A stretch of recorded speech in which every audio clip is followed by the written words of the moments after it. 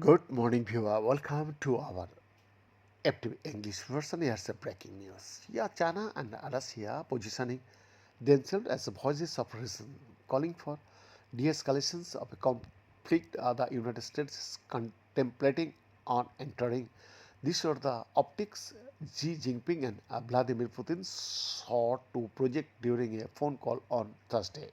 As US President Donald Trump was joining Israel in attacking Iran, the first sprawling conflict between two sworn enemies in the Middle East has presented Beijing and Moscow another opportunity to cast themselves as an alternative to US power.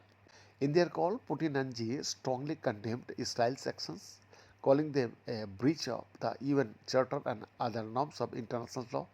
According to the Kremlin, the elephant in the room, of course, in Russia's own violations of international law in its ongoing war against Ukraine, which Beijing has consistently refused to condemn.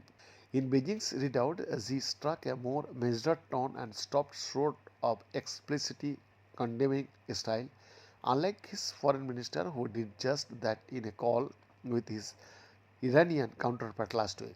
Instead, the Chinese leader urged the warring parties, especially Israel, to cease war as soon as possible to avoid further escalations and regional spillover. And notably, in a veiled message to Trump, he emphasized that major powers that have a special influence on the parties to the conflict should work to cool the situation, not the opposite. Beijing has long accused Washington of being a source of instability and tensions in the Middle East, and some Chinese scholars are now seizing on the Iran crisis to underscore that point.